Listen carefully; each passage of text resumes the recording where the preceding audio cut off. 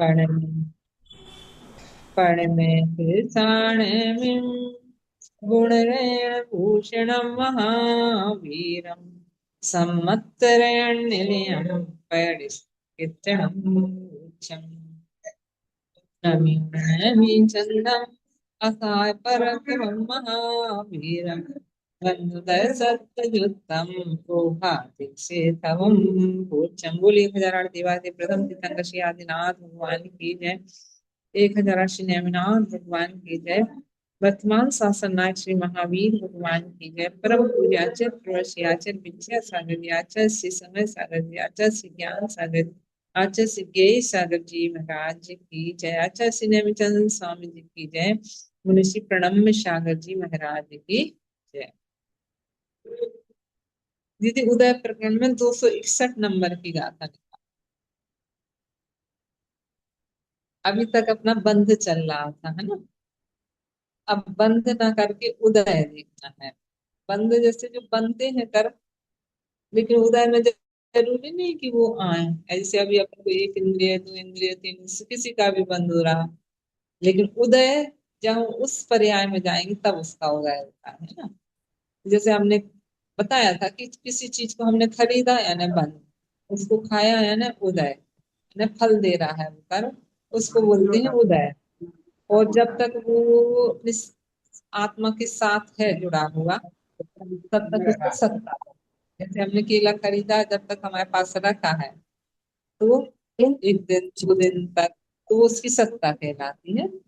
तो इसी प्रकार से यहाँ पर अपन देखेंगे उदय, कि इन कर्म को हमने बांध तो लिया है, वो कर्म उदय कैसे आते हैं, कौन से गुण स्थान में किन प्रकृतियों का उदय, किन प्रकृतियों की उदय विच्युति हो जाती है, और किन प्रकृतियों का अनुदय रहता है किसी किसी जिस गुण स्थान में। तो तीन, तो उसकी कुछ परिभाषा सूत्र बताएंगे सबसे पहले, फिर लगाना अपन को पड़ेगा। कुछ परिभाषा सूत्र में बता देंगे कि इन प्रकृतियों का उदय इसी गुण स्थान में होता है। ठीक है, तो उसको अपन सबसे पहले उनको समझ लेंगे, तो उसके बाद अपन को जैसे अपन ने इसमें लगाया था गुणस्थान में, तो इनमें लगाएंगे तो सरल हो जाएगा। एक तो 261 नंबर की गाथा। आहारम तु पमत्ते तीर्थम केवलिनी मिश्यम मिस्से सम्मं वेद सम्मे मिच्छ दुगर देव आणुदयो। बोलो। कौन बोल रहा? प्रीति। अर्चना तो भी नहीं है। नहीं है। है अर्चना? दीदी हाँ बोलो। प्रीति। हाँ नहीं प्रीति पीती बोलो। हूँ। बोलो बोलो। हाँ बोलो। आहारम तो आवाज सही नहीं आ रही। तीर्थम केवलिनी मिस्सेयम मिस्से सही नहीं आ रही। नहीं आ रही, मैं नहीं बोल आ रही। रही। हाँ आहारं हाँ। पमत्ते तित्थं केवलिनी मिस्सयं मिस्से सम्मं वेदग सम्मे मिच्छग दुगय देव आणुदो। हम्म। कह रहे हैं गुण स्थानों में उदय के कुछ नियम बता रहे हैं, अभी परिभाषा सूत्र दे रहे हैं कि जो नियम है उदय के साथ, वो नियम क्या है। कि अपन ने आहारक दिकाहारक देख सुनते हैं, लेकिन आहारक शरीर, आहारक अंग उपांग, इनका उदय कहाँ होता है। तो इनका गुण बंध तो 7वें गुण स्थान से 8वें गुण स्थान के छठे भाग तक होता है, लेकिन इनका उदय जब भी होगा तो वो छठे में होगा। ऐसी प्रकृतियां हैं कि हम्म। इनका बंध ऊपर के गुण स्थान में और निचले के गुण स्थान में इनका उदय। हम्म। ठीक है, तो इसलिए कह रहे हैं कि एक नियम रखना अपन को याद में, कि आहारक दिक का उदय हमेशा पमत्ते माने छठे गुण स्थान वर्ती जीव को ही होता है। हम्म। आहारक शरीर, आहारक अंगोपांग का उदय प्रमत्त गुण स्थान, प्रमत्त संयुक्त गुण स्थान में ही होता है। ठीक है। तिथम केवलिनी, और तीर्थंकर प्रकृति का उदय 13वें बंध तो वर्ष। चौथे गुण स्थान से होता है, चौथे गुण स्थान से 8वें गुण स्थान के छठे भाग तक। हम्म। लेकिन उदय कभी होगा तो केवली को ही होता है, सयोग केवली और एक केवली गुण स्थान में नहीं होता। हम्म। शुद्ध केवली को नहीं होता, नहीं तो कोई कोई पूछे कि केवली शब्द 13वें दे चरण। दिया। हम्म। केवली तो छठे सातवें में रहते हैं ना। हम्म। तो कह रहे हैं कि इनको होता है केवली मतलब जो वास्तविक केवली है ना, 13वीं और चौदह। 14वीं गुण स्थान में जो केवली भगवान है, हाँ। उनको ही की संगत प्रकृति का उदय होता है। सब लोग उम्मीद कर लो, आवाज थोड़ी सी वैसी इसमें गड़बड़ हो गई। फिर कह रहे हैं मिश्रम मिश्रे, मिश्र प्रकृति का उदय, मिश्र यानी मिश्र गुण स्थान, सम्यक मिथ्यात् का उदय। सम्यक मिथ्यात् बनती तो है नहीं है, लेकिन इसका उदय आता है। इसलिए उदय में 122 है, हम एक शुरू में बताना भूल गए। जैसे बंध योग प्रकृति अपन की कितनी थी, 120, लेकिन उदय योग प्रकृति कितनी है, 122। क्यों? दो प्रकृति बढ़ गई। कौन कौन सी? एक सम्यक प्रकृति और सम्यक मिथ्या। दर्शन मोहिनी की एक मिथ्या ही बनती है, लेकिन उदय और सत्ता की अपेक्षा इनकी तीन की सत्ता है, तीन का उदय है। मतलब मिथ्यात्व का भी उदय है, मिथ्यात्व का उदय मिथ्यात्व गुण स्थान में है। मिश्र प्रकृति का उदय तीसरे गुण स्थान में है। मैंने मिश्र प्रकृति यानी तीसरा गुण स्थान उस मिश्र प्रकृति के उदय से ही है। तो इसलिए उन्होंने कहा मिश्रम मिश्र, यानी मिश्र प्रकृति का यानी सम्यक मिथ्यात्व का उदय मिश्र गुण स्थान में ही, तीसरे गुण स्थान में ही होता है। ठीक है। सम्मम भेदक सम्य, और सम्यक प्रकृति का उदय भेदक सम्यक दृष्टि जीव के ही होता है ना। जो छह सम्यक थे ना, वो इस सम्यक प्रकृति के उदय से ही बनता है। सम्यक दर्शन तीन प्रकार का है। कौन कौन सा? उपसम और क्षयोपसम और छायक। तो उपसम के दो भेद हैं, प्रथमोपसम द्वितीयोपसम। तो उसमें सातों प्रकृति उपसम है, मतलब उसमें इन दर्शन मोहिनी को कोई भी प्रकृति का उदय नहीं है उपसम सम्यक में। ठीक है। वो उपसम माने नीचे दबा भी उदय नहीं है, सत्ता में है उसकी ना। लेकिन छायक सम्यक में सत्ता ही में नहीं है, इसलिए सात प्रकृति का क्षय करने से छायक सम्यक दर्शन हुआ था। ये इस क्षयोपसम सम्यक में दर्शन मोहिनी की सम्यक प्रकृति का जब उदय होता है, तब अपने सम्यक दर्शन में दोष लगता, सम्यक दर्शन मलिन हो जाता। तो किसके उदय से होता है? सम्यक प्रकृति के उदय से। नाम सम्यक प्रकृति है, लेकिन अपने सम्यक दर्शन में दोष लगा। तो इसलिए उसको अपन ने क्या कहा? सम्यक प्रकृति वेदक सम्यक। इसलिए वेदक सम्यक यदि कह रहे हैं ना, वहां सम्यक प्रकृति का उदय है। कोई छह सम्यक दृष्टि जी है ना, उसके सम्यक प्रकृति का उदय है, ये मान के चलना। इसलिए उन्होंने कहा सम्मम माने सम्यक प्रकृति का उदय वेदक सम्यक में ही है ना। वेदक सम्यक के साथ सम्यक प्रकृति का उदय है। और कौन से गुण स्थान से कौन से गुण स्थान तक हुआ? तो गलत चौथे से सातवें तक ही होता है। चौथे गुण स्थान से सातवें तक ही वेदक सम्यक रहता है। मिच्छ दुगय देव, आय आय निकलेगा है ना, दुग और यद ये मतलब अयद निकलना चाहिए। तो वो कह रहे हैं कि मिथ्यात और दुख से क्या लेना? सासदन। मिथ्यात और सासदन गुण स्थान और अयद माने चतुर्थ गुण स्थान में ही आणुदय आनुपूर्वी का उदय है। क्यों? कौन से गुण स्थान में? आणुदय आनुपूर्वी का उदय कहाँ पर है? तो कह रहे हैं मात्र पहले गुण स्थान में, दूसरे गुण स्थान में और चौथे गुण स्थान में आनुपूर्वी का उदय होता है। तीसरे गुण स्थान में आनुपूर्वी का उदय क्यों नहीं है? क्यों? उसमें मरण ही नहीं है। जब मरण ही नहीं है तो आनुपूर्वी का उदय का सवाल नहीं, क्योंकि आनुपूर्वी का उदय कब आता है? विग्रह गति, माने उस समय आता है कि एक शरीर से दूसरे शरीर में जाना है, वो भी कोई मोड़े वाले से जाना है, तो आता है आनुपूर्वी का उदय। और यदि सीधा ऋजु गति से जा रहे हैं कोई, तो उनको तो आनुपूर्वी का उदय नहीं आना। तो इसलिए उन्होंने कह दिया आनुपूर्वी का उदय कब? तो पहले में भी मरण करके अपन जाते हैं तो आनुपूर्वी का, जैसे कहीं दूसरे में गए तो आनुपूर्वी का उदय चलेगा। दूसरे गुण स्थान में मरते हैं तो भी आनुपूर्वी का उदय, और चौथे में तो इनमें ये विग्रह गति बनती है, इसलिए इनमें ही आनुपूर्वी का उदय है। आया समझ में? कितने नियम बता दिए दी, कि आ गया दीदी हमारे। दीदी, आ दीदी गया, आ हाँ गया। बोलो। दीदी आ जो गया। आनुपूर्वी का उदय विग्रह गति में आता है, तो जब हम हम्म। मरण करते हैं तो ये भी डिसाइड होता है कि हम विग्रह से जाएंगे या रिजु से जाएंगे, ये पहले से डिसाइड होता है? पहले से डिसाइड, हाँ ये होता है कि अब उसको जहाँ जन्म लेना है उसका, जैसे अपन को जैसे मंदिर तक आना है, यदि अपने घर से मंदिर में सीधी सीधी रास्ता है तो अपन सीधे सीधे आ जाएंगे कि नहीं, कोई मोड़ा हाँ नहीं लेना पड़ेगा। और यदि हमारा हाँ ऐसा मंदिर से, हमें घर से मंदिर आने में कई मोड़े पड़ते होंगे ना, मुड़ना पड़ता चलो होगा। ऊपर खत्म कर। हाँ तो फिर अपन मुड़ के आएंगे। तो ऐसे जिस जीव को जन्म कहाँ ले रहा है, जिसका हाँ जन्म जहाँ होना है वो स्थान है, यदि उसका ऐसा बन रहा है कि उसको मोड़ा लेना पड़ेगा तो उसके फिर आनुपूर्वी का उदय आता है। नहीं तो आनुपूर्वी बन ही रहे, उदय में नहीं आए। देखो इसकी और विशेषता, नरक गत्यानुपूर्वी, 20 कोड़ा कोड़ी सागर तक का उत्कृष्ट बंध। मनुष्य गत्यानुपूर्वी, 15 कोड़ा कोड़ी सागर की स्थिति को बांध लेते हैं ना, उसमें देव उत्कृष्ट की अपेक्षा करें ना। और रेंज गत्यानुपूर्वी 20 कोड़ा कोड़ी, देवगत्यान पूर्वी 10 कूड़ा कोड़ी सागर की स्थिति को लेकर बंधी है। वो उदय में उसको तीन, ज्यादा से ज्यादा 2 समय या 3 समय उदय में आ। त्रियंज गत्यान पूर्वी के पीछे उसको 3 समय, नहीं तो उसको कहाँ 2 ही समय में उदय में आना है। तो दीदी वो सत्ता में पड़ी रहेगी। सत्ता में पड़ी रहती, उसको कुछ काम ही नहीं है, बांध करके कर्म परमाणु डले। अब वो जब उसको वैसा उसका वो कहते हैं ना छिद्र विच्छेद काल को भाग पाकर कर्म उदय में आता, तो उसको विग्रह गति में ही आना है। और विग्रह गति का 3 समय से ज्यादा पड़ बनता ही नहीं है कोई समय। तो बस उतने से समय में उदय में आकर के फिर उसके बाद उसका उदय ही नहीं रहता।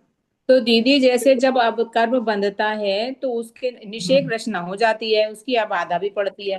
तो उसकी हाँ आबादा पड़ी और जिस समय मान लो उसका उदय आना, तो आबादा है उसकी, तो फिर उसके बाद उदीर्ण होकर के उदय में आएगा, मान लो मरण हो गया वहां नहीं, पे। संक्रमण। हाँ हाँ वो तो संक्रमण फिर से। उदीर्णा होकर के उदय में आ जाती। मतलब उसकी एक अपन ने बनाया ना नियम, उदीर्णा आवाधा उसकी एक अंतर कितनी आवली काल प्रमाण है ना। एक आवली काल तक कर्म तो जैसा बांधा है वैसा ही रहता है, फिर उसके बाद एक हम्म। आवली काल के बाद उसकी उदीर्णा। और वो तो बंधे डले हैं इस स्थितियों में, तो उसकी तो उदयावली में निषेक रचना है ही, और, उसके लिए मतलब कुछ पूर्व नहीं के भी कर। जो कई और भवों के हैं तो वो हाँ उदय वो में तो चल ही सब रहा है बंधे डले, संक्रमित तो होकर वो के। तो चला ही रहे ना, जो नए बांध रहे हैं उनकी आवाज, तो दीदी वो तो वो तो उदीरना सब। भी तो उदयावली में उदय के है। साथ होगी। हाँ उदीरना भी बस तो वो उदय के तो साथ होगी। है स्तूक संक्रमण उदीरना भी से। तो उदय के साथ होगी ना। हाँ उदीर्णा भी उदय के तो साथ होती है, संक्रमण हो सही बात। जाएगा। और स्तूक संक्रमण से उसका चेंज होता रहता है ना। मतलब वो हर समय उदय में आ ही नाम रही है, करके संक्रमित किसी, होकर के, हाँ ये कहने का मतलब है ऐसा। संक्रमित होकर के उसके परमाणु बदल करके आ रहे हैं, वो आ ही रहे हैं, आ फिर ही जब रही हैं। जब विक्रम मृत्यु होती है तभी स्वमुख से आ जाती नहीं उदय में, बस ये। अनुभूति तो जब आती है उदय में विग्रह गति में है, तो अभी कैसे आएगी। नहीं, संक्रमित होकर के आ रही है अभी, और फिर जब उसका नहीं अभी मरण आ होगा रही उस है संक्रमित समय होगी। स्वमुख से आ जाएगी ऐसा। हाँ उस समय संक्रमित भी तो स्वयं अपने से उसमें अभी ही होगी कर्म। ना वो। ठीक है नहीं आज नहीं, नामकरण की किसी किसी भी प्रकृति में हो जाती है वो, थोड़ी अनुपूर्वी भी में प्रकृति संक्रमित में होती है। संक्रमण हो जाता है, ठीक है। अब जी। आगे अपन का बहुत अच्छा विषय आएगा अभी, त्रिकरण चूल का में, त्रिचूल का में संक्रमण का बहुत शानदार विषय है। 262 नंबर की गाथा पढ़ना अपन है ना। निरयम सासण सम्मो, बोलो बोलो अर्चना। अर्चना। हम्म। अर्चना प्रीति भाभी बोल लो। हाँ नहीं तो आप ही बोलो दीदी। निरयम सासण, निरयम प्रीति बोलती साषण सम्मो न न गच्छति यण तस्य निर्याणु, न गच्छदित्य न तस्य निरेयाणु मिच्छादिषु से सुदयो, मिच्छादिषु से सुदौ सग सग चर मोत्तीर्णायभो। सग सग चरि मोतिनायवो निर्यम शासन सम्मोहनागच्छदित्यणस्तस्य निर्याणो, मेच्छादिशेषु दैवो सग सग चर मोत्तीर्णायभो। निरयं निरयं शासन सम्मो न गच्छदित्यण तस्य निरेयाणु मिच्छादिषु से सुदौ सग सग चरि मोतिनायवो। क्या कह रहे हैं इसमें, निर्यम शासन समूह, जो शासदन सम्यक दृष्टि जीव है निर्यम मर नरक गति में नहीं जाता। शासद गुण स्थान में मरण करके कभी नरक गति में नहीं जाता। जाता हाँ। तो अपर्याप्त निर्वृत्ति पर्याप्तक अवस्था में नरक गति में दो ही गुण स्थान बनते हैं। कौन कौन से? पहला और चौथा। चौथा। दूसरा भी नहीं बनता और हम्म। तीसरा भी नहीं, तीसरे में मरण ही नहीं होता। हम्म। और सासादन में भी मरण नहीं होता नरक गति वाले, नरक गति में जिसको जाना है।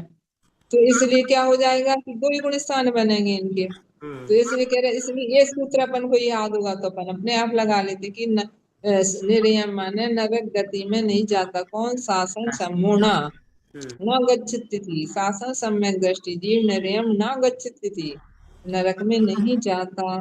यह तस्य निर्याणु। इसलिए इसी कारण से साधन सम्यक दृष्टि जीव के, है ना, शासन सम्यक दृष्टि के नरक गत्यानुपूर्वी का उदय नहीं है।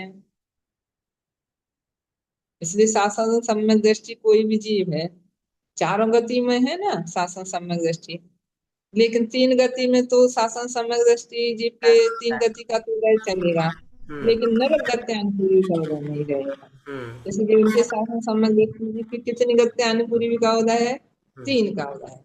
हम्म। नरक गत्यानुपूर्वी का उदय ही नहीं। नहीं। मिथ्यादि से शेष उदय हो।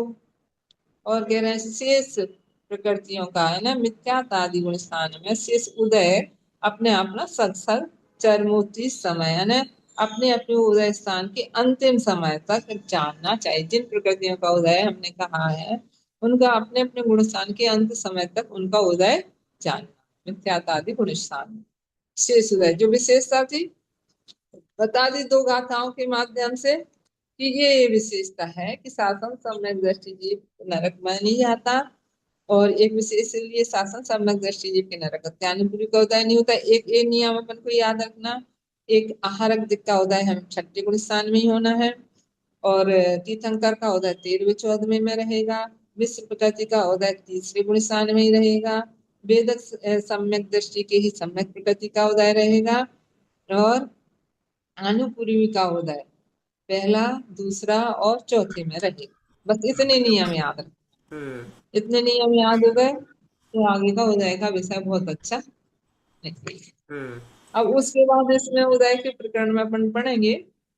दीदी, तो एक इसके साथ चीज, ये वाला तो आया है कि क्षयोपम सम्यक दर्शन चार गुण स्थानों में रहेगा। हाँ, तो इसलिए उन्होंने कहा ना सम्यक वेदक सम्यक में ही सम्यक प्रकृति का उदय रहेगा। तो इसलिए उदय विच्युति 7वें में करवा देंगे सम्यक प्रकृति की, तो क्या हो जाएगा जब 7वें ही सम्यक प्रकृति का उदय रहेगा, है ना, वहां तक ही। तो इसलिए छह सम्यक 7वें गुण स्थान तक ही रहता है, इससे ऊपर के गुण स्थान में नहीं रहता। ठीक है।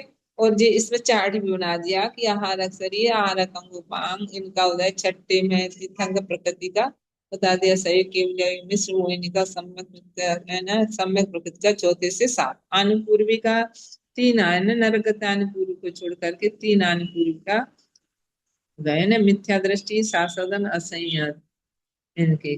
ठीक है। और नरक गत्यानुपूर्वी का उदय कह रहे हैं मिथ्या दृष्टि और चतुर्थ गुण स्थान में ही रहेगा, तीसरे और दूसरे में नहीं रहेगा। ठीक है। अब इसकी और एक चीज और बता रहे हैं उदय विच्युति को पढ़ने से पहले कि उदय विच्युति के विषय में दो मत हैं। एक मत है भूतबली पुष्पदंत भूतबली जी के अनुसार, और एक मत है यति वृषभाचार्य के अनुसार, चूर्ण सूत्र में लिखे हैं। तो कह रहे हैं कि दोनों में क्या अंतर है। तो एक आचार्य ने सासादन गुण, मतलब ये सासादन गुण स्थान में मर करके एक इंद्रिय, दो इंद्रिय, तीन इंद्रिय आदि में जन्म लेते हैं। अपन ने बनाए थे ना, दो गुण स्थान बनाए एक इंद्रिय आदि के। तो इसलिए उनका आचार्य यति वृषभाचार्य के अनुसार तो सासादन गुण स्थान बनता है एक इंद्रिय आदियों के, लेकिन भूत बलि आचार्य के अनुसार तो एक ही मिथ्याथी गुण स्थान इनके, एक इंद्रिय, दो इंद्रिय, तीन इंद्रिय, चौंद्रिय, असंगी पंचेंद्रिय तक एक मिथ्याथी गुण स्थान। इसलिए जब हम उदय विच्युति करेंगे तो जब उनके बनते ही नहीं है एक इंद्रिय के सासादन गुण स्थान, तो भूत वाली आचार्य के अनुसार अपन क्या करेंगे, इनकी बंध विच्युति, एक इंद्रिय आदि की बंध विच्युति पहले गुण स्थान में करवाएंगे, क्योंकि ऊपर के गुण स्थान में उनका बनना ही नहीं है, एक इंद्रिय आदि का दूसरे गुण स्थान तक उदय होना ही नहीं है। और यति वृषभाचार्य के अनुसार जब हम उदय विच्युति का प्रकरण पढ़ेंगे, उदय विच्युति वगैरह, तो वो क्या करेंगे कि इनकी बंध विच्युति दूसरे में करवाएं। तो थोड़ा सा दोनों मत में एक भिन्नता है, और दोनों ही गाथा इसमें दी है, इनके अनुसार भी दी है, उनके अनुसार भी। दीदी थोड़ा ऊपर करना। हाँ, और इसकी विशेषता जो है ना, गाथा 263, 263। तो इसमें लिखा ये भूत बलि आचार्य के मतानुसार गुण स्थानों में उदय विच्युति को क्रम से कहते हैं। किसके अनुसार करना है? तो कह रहे भूत बलि आचार्य के अनुसार बता रहे हैं। फिर उसके अनुसार थोड़ा सा अंतर है, बस एक दो चीज में अंतर है, और दोनों का एक सही है। तो अभी पहले अपन भूत बलि आचार्य के अनुसार उदय विच्युति पढ़ते हैं। किस गुण स्थान में कितनी है पढ़ना है अर्चना। 10 चौरिक 70 रसम। शायद पुस्तक नहीं है, इसलिए प्रीति तुम ही पढ़ो। 10 चौरिक 70 रसम। 10 चौरी रतन। अठ तह पंच चेव चौरोया। अट्ठत पंच चेव चौरोय। छक एक दुग दुग। छक एक दुग दुग। 14 उगतीस 13 विधि। 14 29 13 सुदय विधि। 10 चौरिक 70 रसम। अठ तह पंच चेव चौरोया। छक एक दुग दुग। 14 उगतीस 13 सुदय विधि। 10 चौरी 7 रसम। अठ तह पंच चेव चौरोय। छक एक दुग दुग। 14 29 13 सुदय विधि। दीदी इसमें अब क्या कह आगास रहे हैं? वाली में ये यति हाँ, भ्रष्टाचार्य का लिखा है। चूर्ण सूत्र आजू जिन्होंने त्रिलोकपण्डित ग्रंथ की रचना की, और कसाय पहाड़ पे हाँ, चूर्ण उनका सूत्र लिखे लिखा हैं, हुआ है उनके ये। अनुसार। उनका मत और अलग है। दूसरी, हाँ, आज आज प्रीति तुम्हारी आवाज क्लियर नहीं आ रही है ना, क्वेश्चन समझ। ठीक है, अभी तो अपन पढ़ रहे हैं अर्थ। ये इसमें कह दीदी रही है उल्टे अर्थ लिखे हुए हैं, उल्टे आचार्य के नाम उल्टे लिखे हैं। अच्छा, हाँ आगास वाली किसमें? में अलग लिखे हैं, और अच्छा, जो है हाँ उसकी हाँ उदाहरण उसमें अलग लिखे हैं। राश हाँ, वाले तो में ये उसमें सब कार्य है। हाँ, तो भूल से गलत छप गया होगा, है ना। तो अभी इसको भूत हम वाली भूतवली आचार्य है। आचार्य का कर लें ये वाला। अभी भूतवली आचार्य के द्वारा, पुष्पवंत भूतवली आचार्य के द्वारा। ठीक है। ठीक है, ये वाली गाथा अपन ने पढ़ी है, वो पुष्पवंत भूतवली आचार्य के द्वारा। देखो क्या कह रहे हैं। 10 चौरी की 70 असम। पहले गुण स्थान में 10 की उदय विच्युति। दूसरे गुण स्थान में चौ माने 4। तीसरे गुण स्थान में इगी माने 1। चौथे गुण स्थान में 70 सम 17। पांचवें गुण स्थान में 8। छठे गुण स्थान में 5। और सातवें गुण स्थान में 4। चौरवे 7 गुण स्थान तक पहली पंक्ति में क्या है। पहले गुण स्थान में 10, दूसरे में 4, तीसरे में 1, तीसरे एक सम्यक मिथ्यात की है ना। चौथे में 17, पांचवे में 8, त्रियंज गति संबंधी सब यहीं तक हो जाएंगे पांचवे में ना। 8, छठे में 5, सातवें में 4। ठीक है, फिर कह रहे हैं आठवें में 6, नौवें में भी 6, 10वें में 1। 10वें में एक कौन सी? सूक्ष्म लोग है ना। 10वें में 1, 11वें में दो यानी दो, दो सहना है ना। तो दो, एक वज्र समसायनन ऊपर तक भी जाएगा उसका उदय, लेकिन उपसमसारणी ये सैनन वाले चढ़ सकते हैं। कौन? अंतिम मतलब 3 सैनन वाले तो उनको चढ़ना ही नहीं है, लेकिन वज्र सब वज्र नाराज और नारा सैनन वाले उपसमसारणी को चढ़ सकते हैं। तो उनकी अपेक्षा उदय विच्युति का हो जाएगी 11। तो 2 सैनन की हो जाएगी, वज्र समाज वाला ऊपर भी जाएगा। तो 2, 11वें गुण स्थान में 2, और दुग 14, यानी 12वें गुण स्थान में 14 और दुग यानी 16।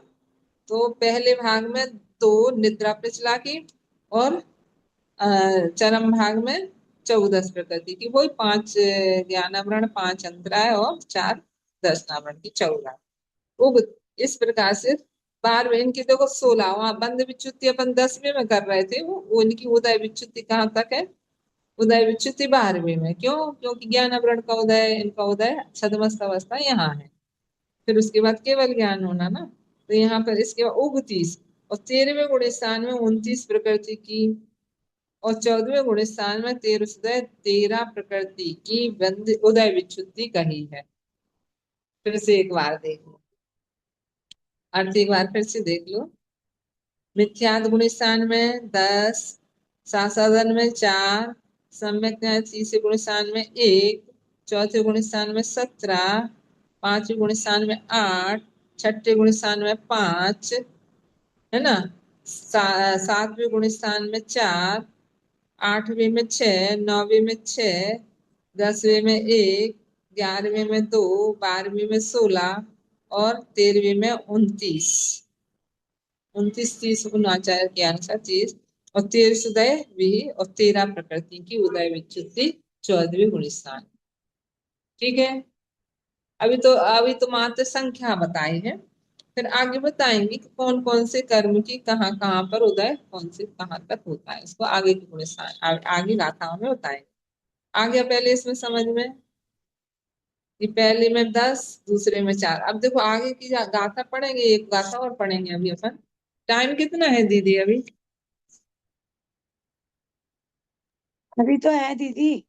हाँ, तो उसमें बस थोड़ा सा अंतर आएगा, इनके यति भ्रष्टाचार्य के मतानुसार उदय विच्युति को आगे की गाथा में कहते हैं। बस ऐसे ही है, बस एक पहले और दूसरे में अंतर है और 13वें में अंतर है, 3 में अंतर करें, तो उन पर ध्यान देना तुम लोग, है ना। गाथा पढ़ रहे हैं, गाथा निकालो 264 दीदी, 264 264 नंबर की गाथा देखना है ना। हाँ, निकाल लो स्कूल, हाँ 264 नंबर। हाँ देखो, यति वृषभाचार्य के मतानुसार उदय विच्युति को कहते हैं। ठीक है, प्रणवे सत्रसम, प्रणव पणनविरसं बोलो, अड़पंच चौर छक छेवे, अडपञ्चय चौरचक चेव एक दुग 16 तीसम, ईदुग्सोलसतीसं 12 उदे अजो गंता, वारस उदिये 12 उदे अजो गंता, वारस उदिये अजो गंता। प्रणवे सतरसम, अड़पंच चौर छक छेवे, एक दुग 16 तीसम, 12 उदे अजो गंता।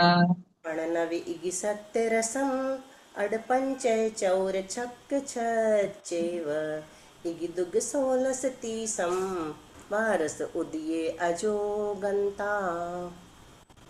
देखो इसमें क्या बता रहे हैं कि देखो अपन देखेंगे गात विच्युति करेंगे अभी, तो 3 जगह कहाँ का अंतर है हम अभी पूछेंगे, सब लोग ध्यान से सुनना है ना।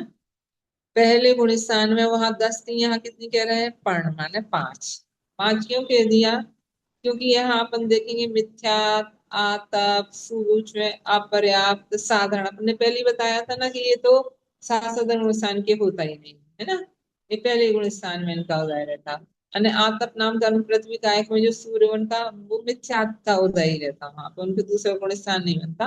तो मिथ्या, आतप, सूक्ष्म जीवों की भी मिथ्यात्व ही है और अपर्याप्त जीव भी मिथ्या ही दृष्टि रहते हैं, और साधारण पहले एक गाथापन की आई थी ना उसमें कि इनको नहीं होता, तो इसलिए वो कह रहे हैं 5 की विच्युति इनकी मिथ्या गुण स्थान की।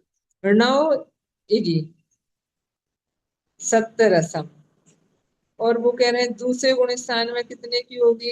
तो कह रहे हैं 9, नाम माने 9 की।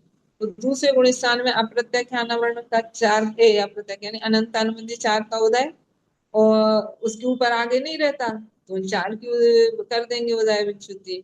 और इसके साथ एक इंद्रिय, दो इंद्रिय, तीन इंद्रिय, चौ इंद्रिय, चार तो इंद्रिय हो गई। और क्या कहते हैं, स्थावर, इनके अपन कह रहे हैं ना दूसरा गुण स्थान बनता है यथेश्वराचार्य के अनुसार। इसलिए इन पांच का यहाँ करेंगे उदय, क्योंकि एक इंद्रिय का में दूसरा गुण स्थान बनता है, तो सात सात गुण स्थान की उदय विच्युति करेंगे। तो इसलिए इनके नौ, चार अनंत अनुति, पांच ही हो जाएंगे।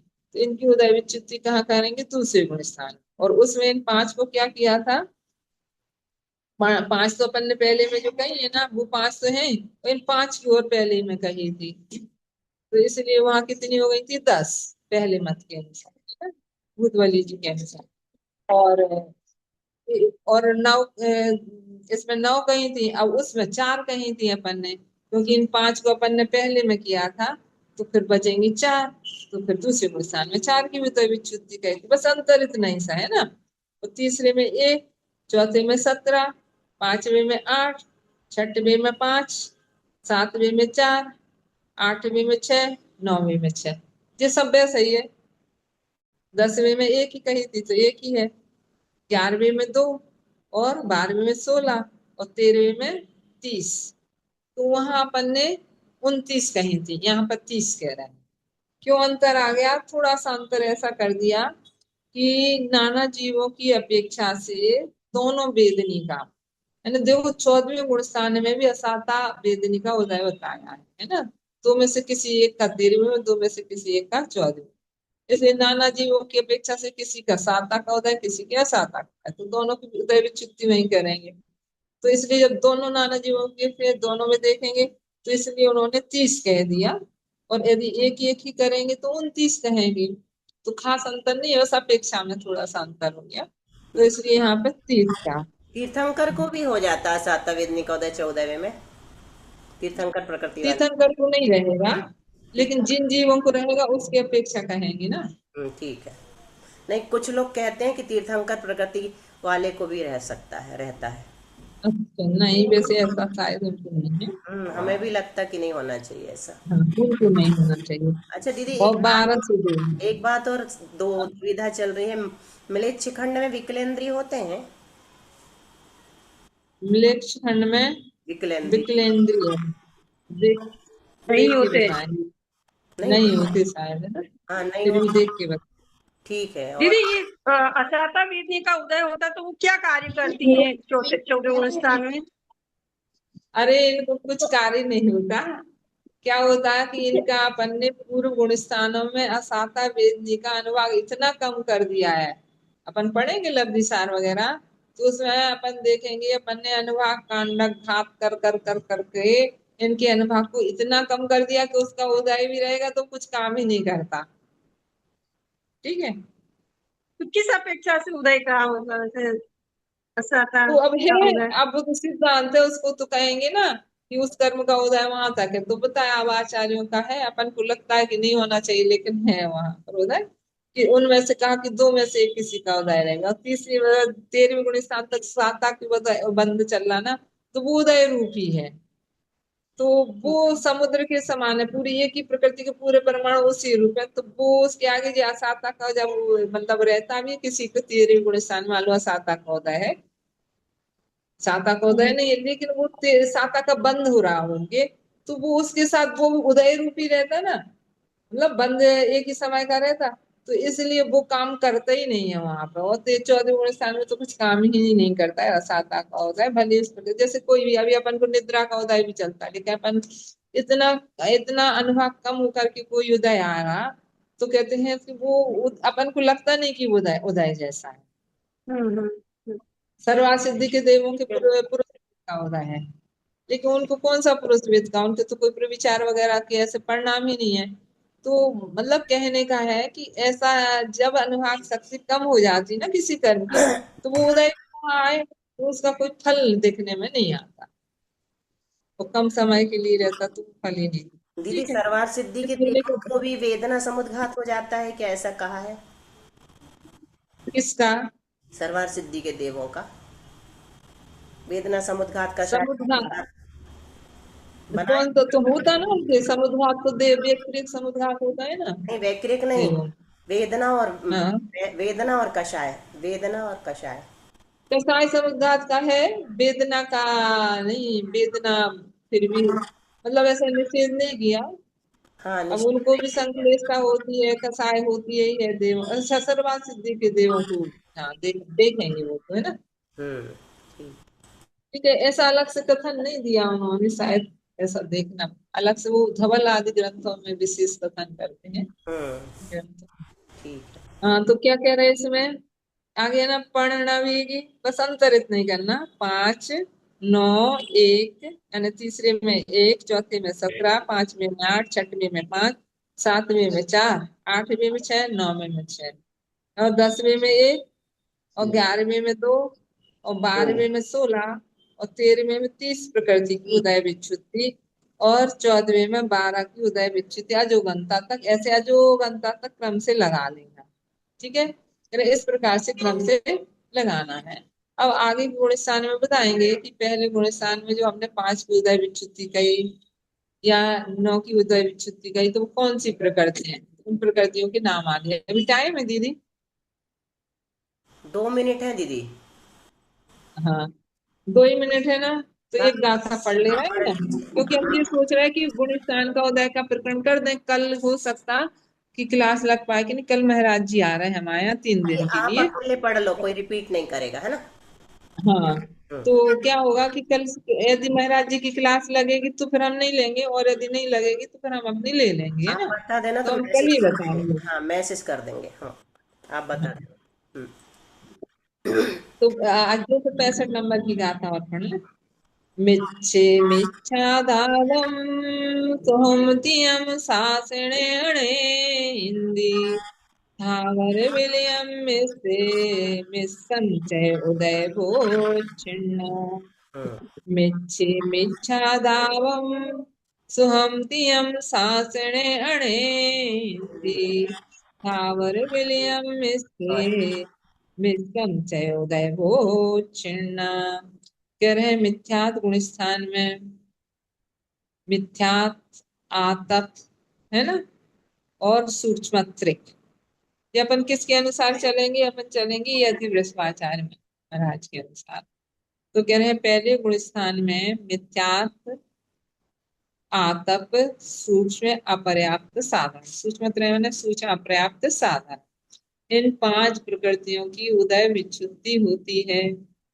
ठीक है, तो अब बंध्य प्रकृति कितनी है अपनी, 122, है ना। 122 प्रकृति बंधी योग है। तो 122 में यदि हम देखेंगे कि अनुदय प्रकृति कितनी है, मिथ्यात् गुण स्थान में यदि अपन लगाएंगे, देखो मिथ्यात् का किला लगा रहे हैं, तो उसमें 122 में 117 का उदय है, 5 अनुदय। 5 अनुदय कौन सी तीर्थंकर का उदय अपन ने पहले ही बता दिया कि 13वें 14वें में होगा। आरक्त का उदय 6वें, तो 3 प्रकृति तो ये अनुदय हो गई है।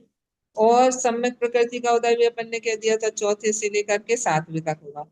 और सम्यक मिथ्यात् का कहा था तीसरे में होगा। तो इसलिए मिथ्यात् में 5 का अनुदय कौन कौन सी, तीर्थंकर, आहारक दिक, सम्यक मिथ्यात् और सम्यक प्रति, 5 अनुदय, 117 का उदय, हम्म।